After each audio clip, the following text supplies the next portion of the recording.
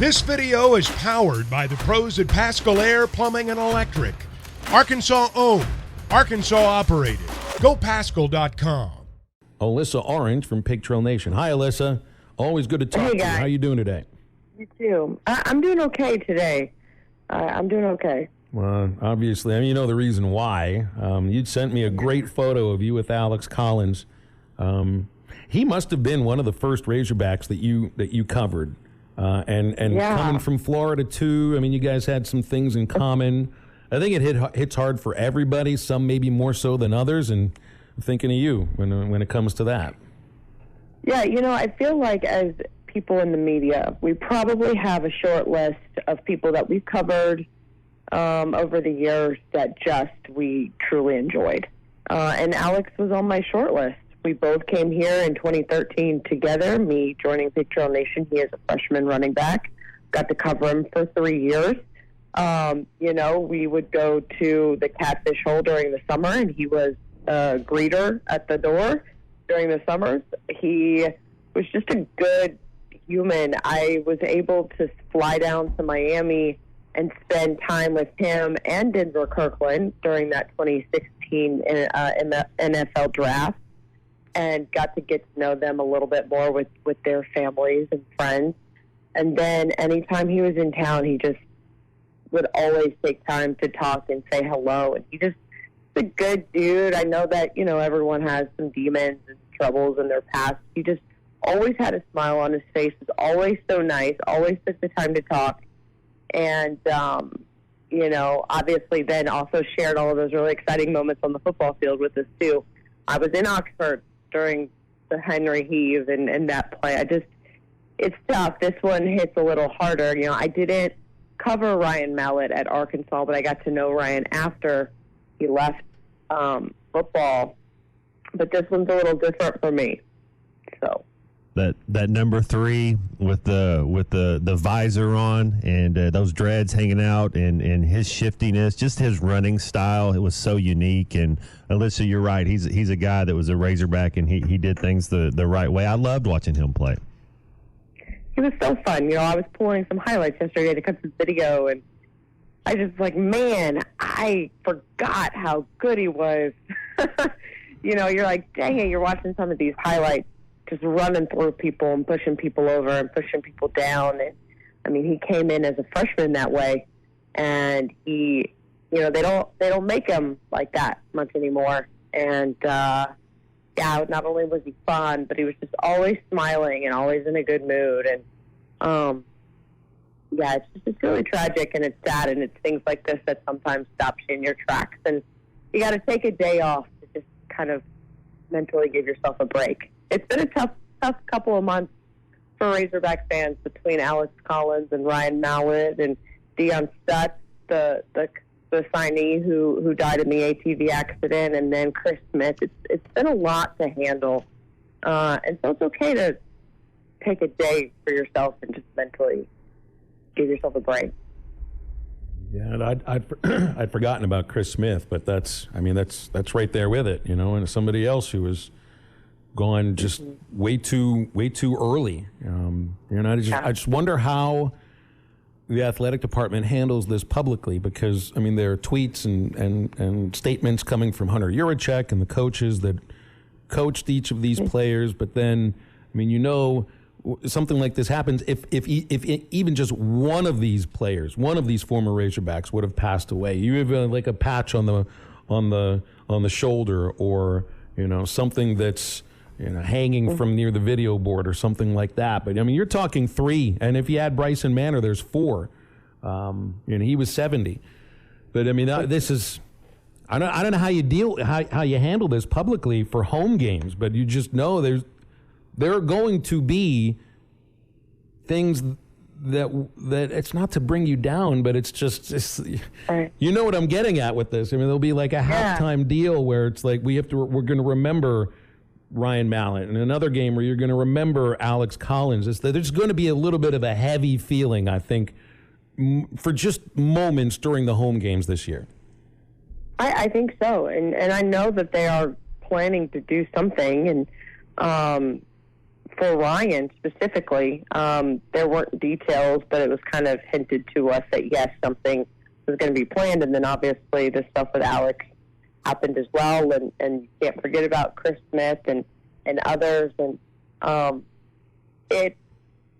it's tough because it just brings back all the memories and the emotions that you felt when you first learned about all those news. Like, if I have to be completely honest, it's still mentally tough for me to be like, Ryan Mallett is no longer with us. Like, that was still something that I was like, that is so hard to wrap my brain around still.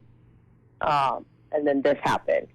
And so it's going to be tough, but I think it's necessary, and I think it's important to do so.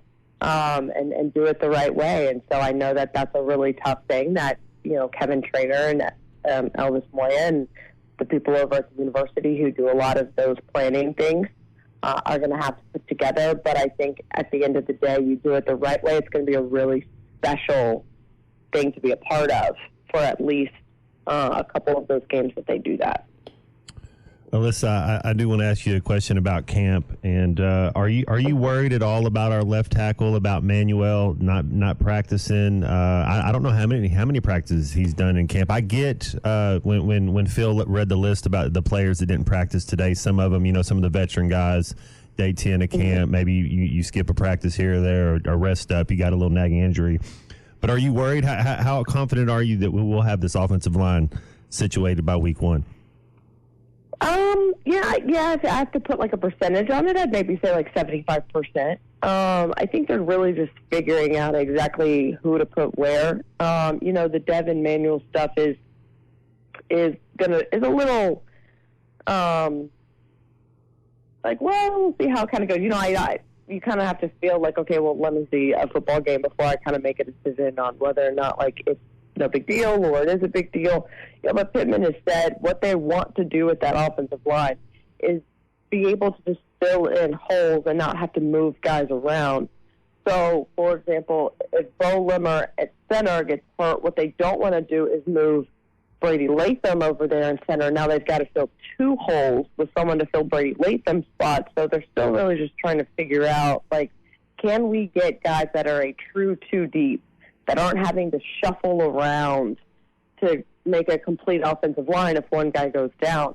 And so that's what they're really working on, is seeing if they can get guys to play a position, win that positional role, and then plug guys in at those positions instead of just shuffling people around, and see if they have more success there instead of a lot of the cross-training. And you have to do cross-training. That's important too. But if you're really good and really focused on one specific role on the offensive line, and that's what you could execute and rotate in and out of, I think that they think maybe they can have more success there. So I know there's been a lot of talk with the offensive line, and they do definitely have some things to figure out, but there were also some really good moments that they talked about in the scrimmage. The runs that the running backs did have, I mean, it was pretty cool to see some of that video when the football team put some of it out, just how dominating that run game is. So I'm not too worried yet.